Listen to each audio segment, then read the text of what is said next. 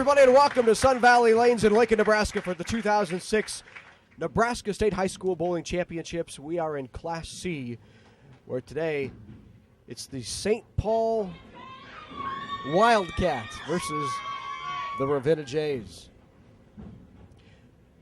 I'm Larry Putney along with Steve Simpek. Things underway.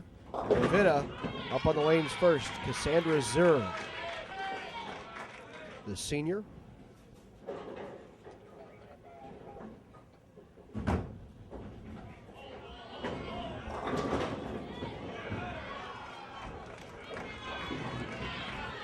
Ashley Mowitz on the left lane for St. Paul. 1-2-7-8 spare here for Cassandra. And a nice conversion. Great shot. So Cassandra starts Ravenna off with a mark. Ashley trying to do the same thing. And she knew it off the hand. This is the second state championship of the day here at Sun Valley Lanes. Earlier today in Class D, McCool Junction sweeping the boys and girls championships. Here's a look at Ashley Barrett for Ravenna. And on the left lane, Kelsey Lee. She's a junior.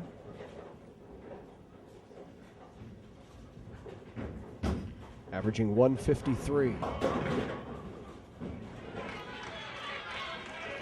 Most of these ladies pretty straight with their bowling balls, Larry, right down the middle,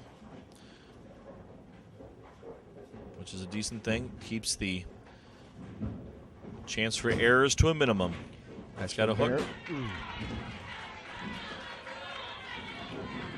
So Ravenna with its first open of the day. St. Paul with a chance to even things up here. If Kelsey can convert the 6-10.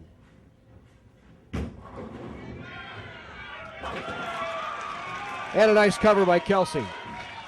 And we're all even through two frames. These two cities and schools relatively close to each other, so a lot of these kids probably know each other through maybe junior bowling leagues or growing up bowling in tournaments in the state of Nebraska. Abby Dunning and Macy Dooster with that shot there. Dunning on the right lane for Ravenna.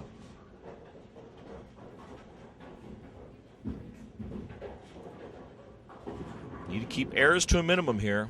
We've seen it before in past state championships where a lot of open frames can cost teams a game. And, boy, a 3 count with 2 on the fill ball for a total of 5 for Ravenna. It's throwing away some pins. So. And Macy converts the spare.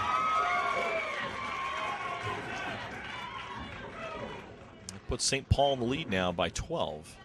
Kayleen Finke for Ravenna on the right lane. Well, nerves can certainly play a part in state high school championship events, especially when you look at all the lights here and the cameras. You're not used to bowling in front of. This is quite the setup. Staff at Sun Valley Lanes has done a fantastic job. This is similar to what you see on ESPN on Sundays where the Pro Bowlers bowl on. This arena setting is nearly duplicated. The staff here's just done a wonderful job. And the shot on the right-hand lane by Finke. So she gets 8 on her fill ball. And not just the way the arena finals are run, Steve, but yesterday's presentation of the introductions and the entrance and the national anthem and the video while the kids were warming up. Just the entire production of state high school bowling is about as good as any sport in the entire state. This is as well run as any of the state championships are for any high school sport. The NSAA does a fantastic job of managing all the different student athletes and all their various sports and activities, and bowling is doing its best to line itself up with potential NSAA recognition as we continue to move on in the evolution of high school bowling in Nebraska. I mean, just in the short 3-4 years of the Nebraska High School Bowling Federation, the amount of teams have just exploded from border to border, from Omaha all the way to Scottsbluff Gearing. So it's fun to see these small schools in Class C and D competitions compete, and we're neck and neck here right now still. Cassandra Zur with the mark for Ravenna. Spare here will keep St. Paul in the lead by 20 pins. Ashley Mowitz hangs on and picks up the spare.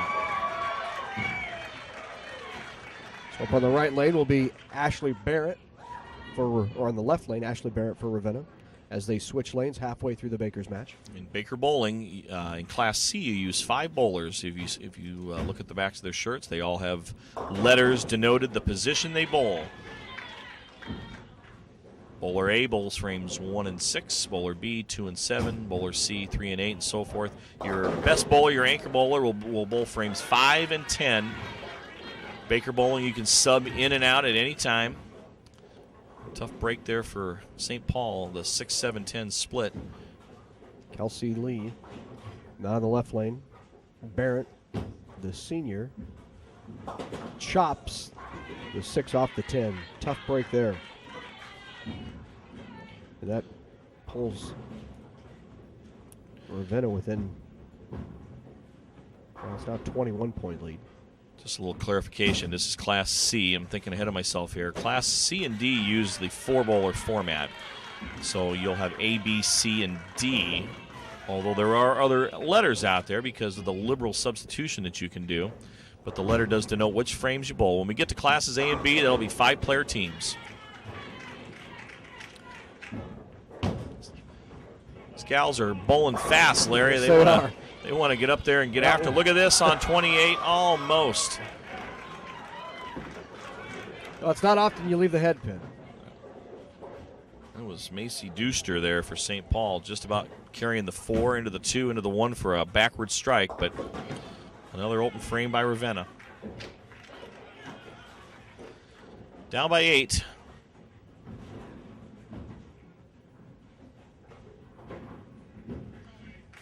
And, you know, the nerves, as you mentioned already, Larry, you know, these gals with the bright lights, with television cameras, it's going to be a matter of who makes the least amount of mistakes. Covering your spares like that, a simple 5-pin, or actually that was the head pin, actually. You know, you minimize your mistakes, you're going to keep your team from falling further and further behind.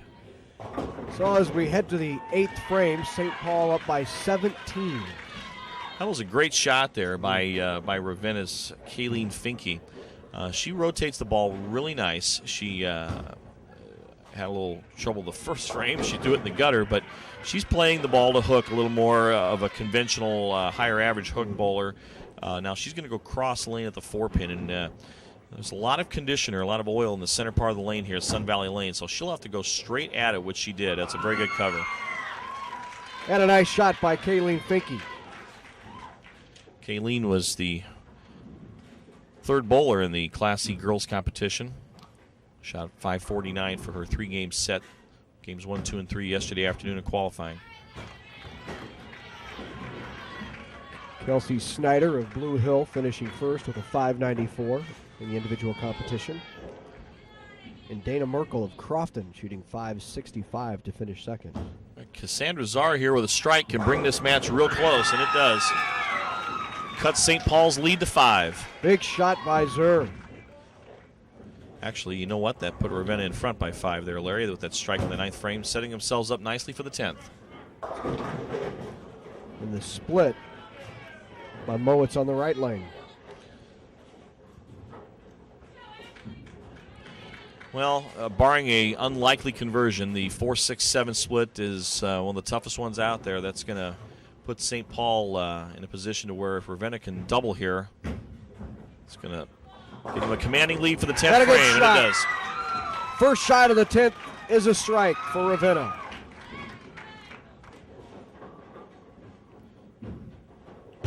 Ravenna comes storming back in the last 2 frames with the double. Almost converts it. And I said unlikely conversion. I pretty much thought I had to take my size 11 shoe off and stick it in my mouth. That was a great shot. Typically in state championship competition, you want to try and play for the count, go for the 2 easy ones, but she gave it a run. That's a 3-bagger for Ravenna. And that's the first 3-bagger we've seen of the day. That is Ashley Barrett, and she whistles that ball down there. Possible 157 with a strike here. They have won game 1, so Ravenna in the lead right out of the gate.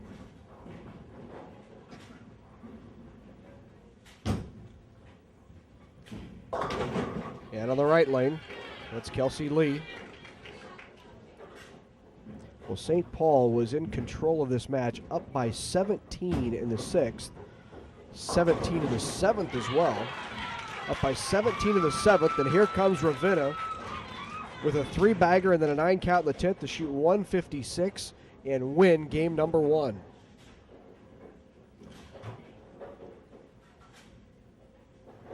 It's time for Kelsey Lee here just to pick her spare up. She's going to be finishing out the 10th frame.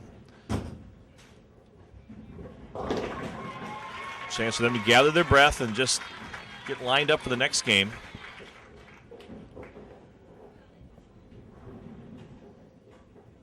So Ravenna, coached by Don Herbert, his assistant coach Pam Herbert, 156 in game 1. Don and Pam are the proprietors of Sports Bowl in Ravenna. Another nice little 8-lane center. They do a great job up there. Pam and Don boast one of the largest youth bowling programs in the state. Good recovery there by St. Paul. That's going to help give them a little momentum going into game number 2, Larry. So Ravenna wins game number 1, 156-131, and takes a 1-game-to-none lead in the way Baker works in this state championship format. It's a best of 5. It's a race to 3. The first team to pick up 3 wins in the Bakers match will be your state champion, and Ravenna has taken step 1 on their way to those 3. Talking about proprietors at the Sport Bowl in Ravenna, Don and Pam Herbert, the coaches for the Ravenna girls team, they have over 300 youth bowlers in their organized youth play. They've been proprietors at the Sport Bowl for 24 years. And that is an 8-lane center, Larry. Yeah. There are 32 and 36 and 40-lane centers in Nebraska and Iowa that don't have 200 bowlers in youth leagues. One of the strengths of their high school program is they grow them young. They start them young and move them up to high school age. By the time they get to high school competition, they are seasoned and ready to go. Ashley Mowat starting it out on the left lane. That's Zur with the strike.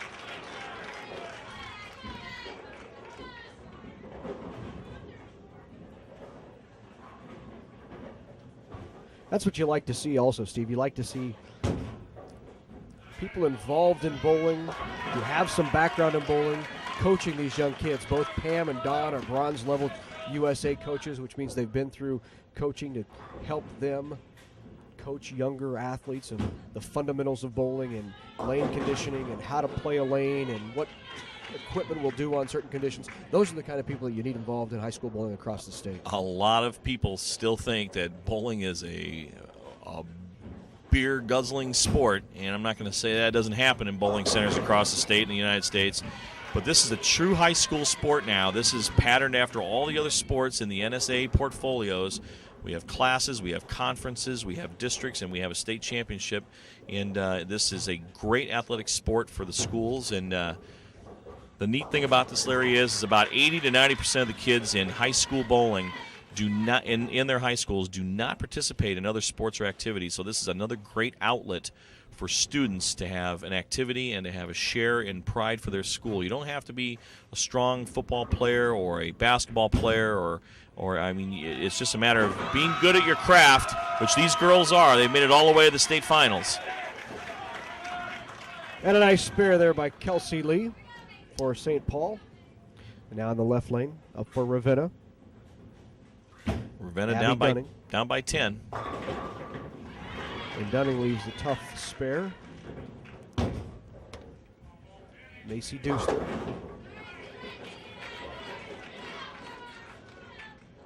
You know, we talk about the NSAA and the possibility of this becoming a sanctioned sport by the Nebraska School Activities Association.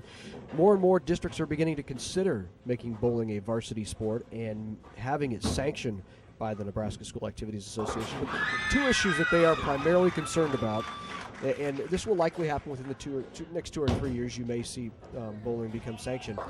But administrators and athletic directors, there's a nice shot off the wall and a spare for St. Paul's Deuster. But one of the things that is their biggest concern is the atmosphere that they cannot control within the bowling alley. They have concerns about alcohol in the bowling alley and smoking in a bowling alley with these high school students. As a proprietor, Steve, how do you ensure or assure the Nebraska School Activity Association and administrators that it's going to be a healthy environment? Well, it's like we liken the sport of bowling in the high school area to golf, Larry, where the local athletic director, by the time this becomes an NSA-recognized sport, will have a relationship with the proprietor. And the proprietors of the state of Nebraska understand and see how important this is to the sport of bowling and the industry of bowling, to where, of course, those images are 1950, 1960-esque images of the smoky, dingy bowling alley with the beer and all that. I mean, it's just completely changed. Bowling has done a 180 in the public eye. Bowling centers are busier now than they've ever been, and it's a lot of young kids and young families, same age kids that are bowling here at Sun Valley Lanes today. And by the time we become a varsity sport and recognized by the NSAA, the athletic directors will have confidence that the proprietors will do what's best for the atmosphere of the kids, and that's, of course, is to curtail those activities. As they do on golf courses, we'll do the same for bowling centers. It's really about getting those administrators and athletic directors in your facility. I mean, if you ever have an opportunity in your community to get an athletic director out to one of your events, or certainly to an event like this, that's only going to help our sport. Bowling, I do believe, is now varsity recognized in about 17 or 18 states in the United States. Iowa just recognized it this past season for the girls competition. They expect the boys to follow suit with recognition in the next 12 months. So it's a tremendously good activity.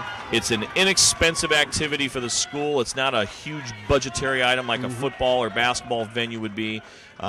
These small class C and D schools with limited population, limited enrollment can afford these items.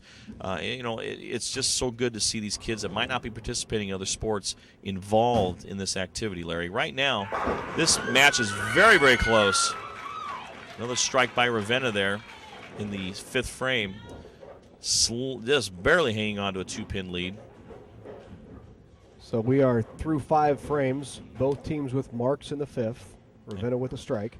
Actually, as I recall my 5th grade math, it looks like St. Paul's got a slim lead, and that strike there gives them 1-0, or gives them 91 in the 5th. 18-pin lead for St. Paul. So we're back and forth here.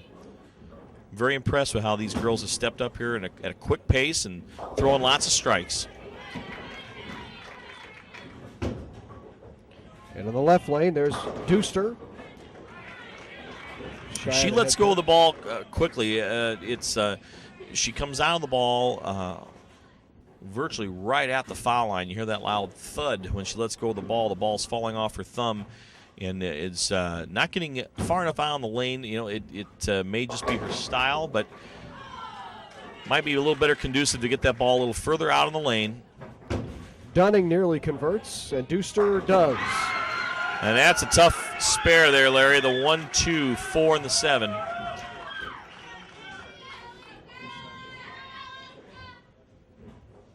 St. Paul is clean through 7 frames, no open frames. That's one thing we didn't see in the previous matches with Class D. Right. Saw a lot of open frames, and that's why you see St. Paul with that lead.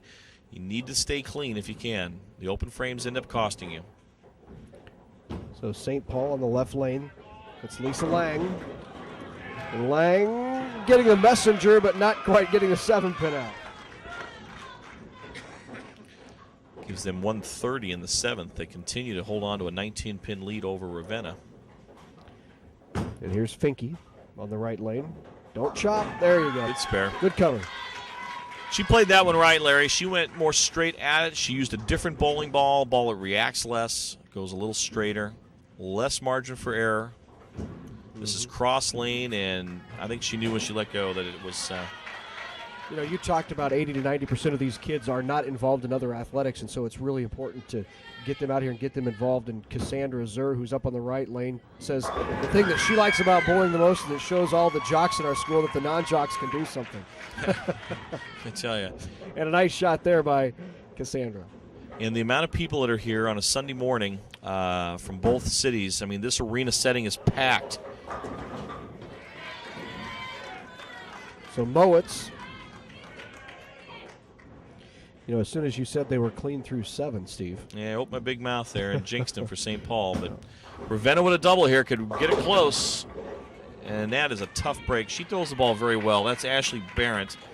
That was a tough break. The head pin went to the wall. The ball did not finish strong enough to take the 5 out, but the head pin just danced right in front of the 5. So now Ravenna, when they have a chance to get back in the match, is going to have to try and convert this tough 5-7 split. Well, and Mowatz opens the door for him, so St. Paul has left a bit of an opening for Ravenna. A spare here will bring them back within 7 pins. Needs to make this shot here. Yes! Got it! What a shot! What a conversion in the 10th frame for Barrett. Ashley Marie Barrett, the senior at Ravenna, keeps them in it. They are down by 7 through 9 with a mark in the 10th. So St. Paul and Kelsey Lee need a mark here in the 10th. It was a very important spare for Ravenna. That forces St. Paul to at least mark somewhere in the 10th frame and get some count. Kelsey's shot. Oh, man. And there is a 5-7, a 5-10. So Ashley just converted the 5-7 on the right lane. Kelsey will have to convert the 5-10 to give her team a chance. As the shot by Barrett is a 7 count. 158. A must mark for Kelsey Lee on the left lane. Right now they have 156.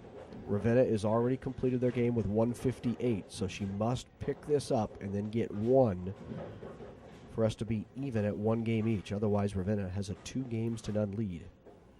Must spare situation here. Not impossible. Ball needs to be on the left side of the 5. Needs to thinly touch the 5 pin on the left side. Slides it over into the 10. Just the opposite of how Ravenna picked up the 5-7 on the frame before. It's got a chance. So Ravenna with a 158 Ashley Barrett converts the 5-7 in the 10th frame. Wins. Back 158 to So Ravenna takes the 157. 2-0 lead through 2 games. The Class C Girls State Championship match continues in just a moment.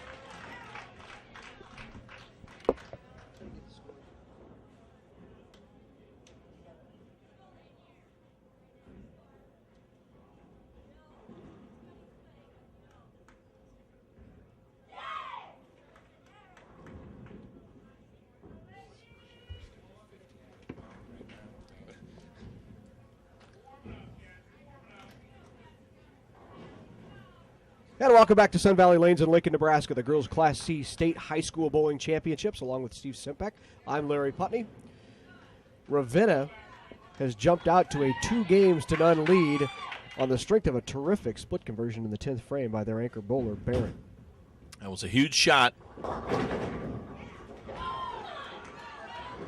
There was a couple of missed spare attempts in there by St. Paul in that second game, and those came back to haunt them. That cost them game number 2. So Ravenna with the 2-0 lead needs 1 more to win the state championship for Class C girls. Well, they saw that recently, didn't they? Well, there's the 5-10 again.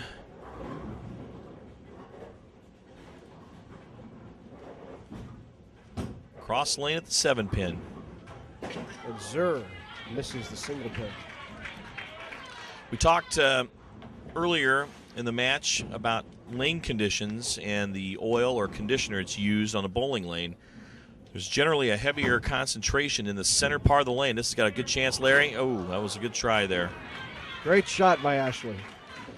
Heavier concentration of oil in the center part of the lane on a strike attempt sometimes guides the ball a little closer to the pocket, but it can make spare shooting an adventure. And getting across lane to shoot that 7 pin, ball gets kind of trapped in that conditioner in the heavier part of it in the center part of the lane, kind of impedes the ball, if you want to call it, from getting over on the left side to get those corner pins. So these girls are going to have to go straight at their spares today. And Lee gets the carry. Kelsey Lee with the strike. Barrett on the right-hand lane. St. Paul needed that to get their motors running again. Barrett with the conversion. She's been to state 3 straight times with Ravenna. That brings up Deuster on the left-hand lane. 7 count.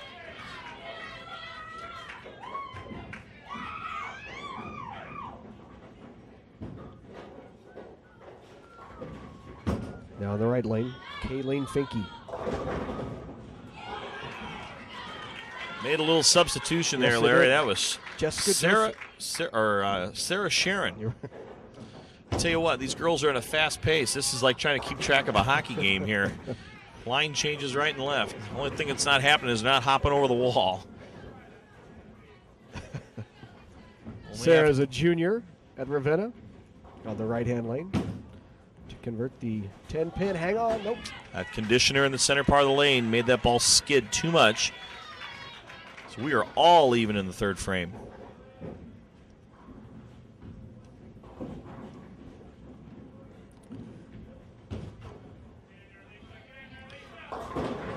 And Lisa Lang. Busts out the split. Now this is Kayleen Finke here. Now watch Kayleen. She's using a different ball for her strike for her first ball attempt as she was for spare. She'll gently send that ball out to about the second arrow. And carries the 10. Slaps it out of there. And a nice reaction there also by Kayleen. She has recovered greatly from that opening gutter ball. And that was a very good shot, Larry. That just enough finish on that ball to carry that 10 out. Cross lane at the 4 and the 7. Covered well. Oh, just looked at the last second there. So through 4 frames, St. Paul with 46, Ravenna 57 in the 4th, working on a strike. That's a great And now a shot. double. Very good shot. Double puts them in the lead. Zur with that big double for Ravenna. Ravenna already up 2 games to none. A win here gives them the state championship. On the right lane, that's Ashley Mowitz.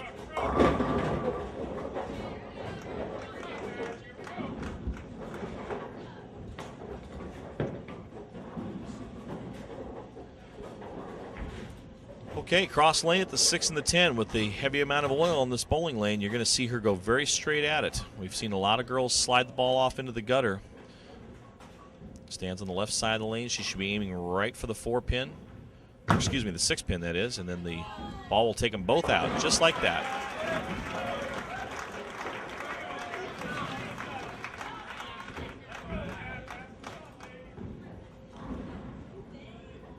So now up on the left lane for Ravenna. Strike Barrett. here will, Larry, strike here will give them a 21-pin lead. Pulled it a little bit. Get the Brooklyn. She got it! 3-bagger for Ravenna. Might be a 3 and out here with a couple more strikes for Ravenna. St. Paul's got to find it right now. Strike here with a spare working in the 5th is going to help their situation. Kelsey Lee. She throws the ball very good, Larry. When she lets go of the ball, she's got what I would say textbook form at the foul line. Her toe is pointed straight at the pins. She's not off balance. Sarah makes it a 4-bagger. Another strike. Ravenna on fire.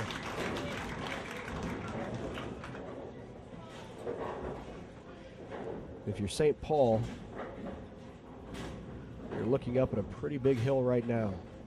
Has to make this spare to keep it in the ballpark. Kelsey Lee converts.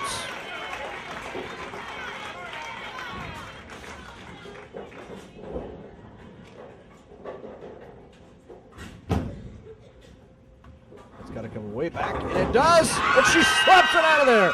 Nice swisher shot in there. Mixes them up a little bit. 5 in a row for the Ravenna ladies. Increases that lead to 50 pins now. See the wind going out of St. Paul's sail, but I tell you what, into the state finals here for, I do believe, the first time. Into the state finals for Class C. Ladies have good form. They need to keep their heads up here. Another strike. Wow. That's a 6-bagger, I do believe, isn't it, Larry? It is.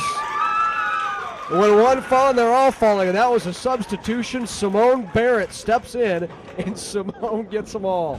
keeps the string going. What a great opportunity by the coaches to enter somebody who had not played. Clearly they're on top by about 60, and she comes in, and what a great thrill it is to deliver. Most of these teams have anywhere from 5 to 7 ladies on them, and in Baker Bowling you can substitute at any time. You can even substitute on a spare attempt if you'd like.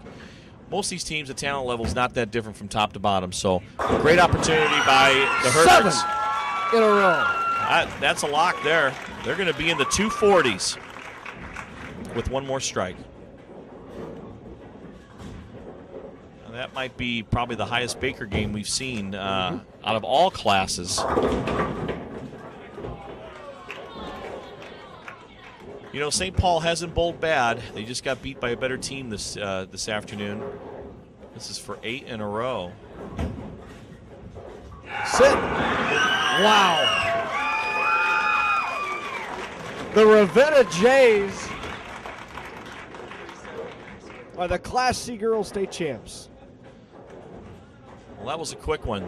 3 and out for the Lady Jays, and you can see Don and Pam Herbert over there rooting their girls on. They are thrilled. St. Paul brought a large contingent down here, too, to watch.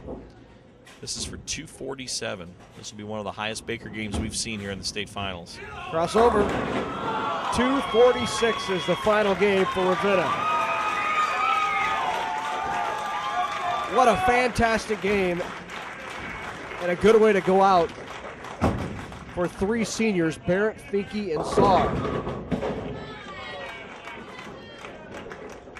Finishing their career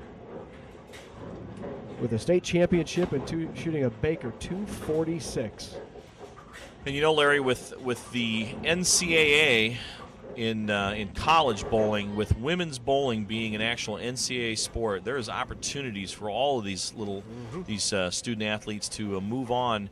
There is scholarship monies available, just like any other sport in the NCAA, and you know, we've got ourselves a heck of a program at the University of Nebraska with head coach Bill Straub and the tradition that they have built down there with collegiate bowling for women, and you know, it wouldn't be a shocker to see some of these gals end up down in Lincoln on a scholarship, getting their education paid for by bowling.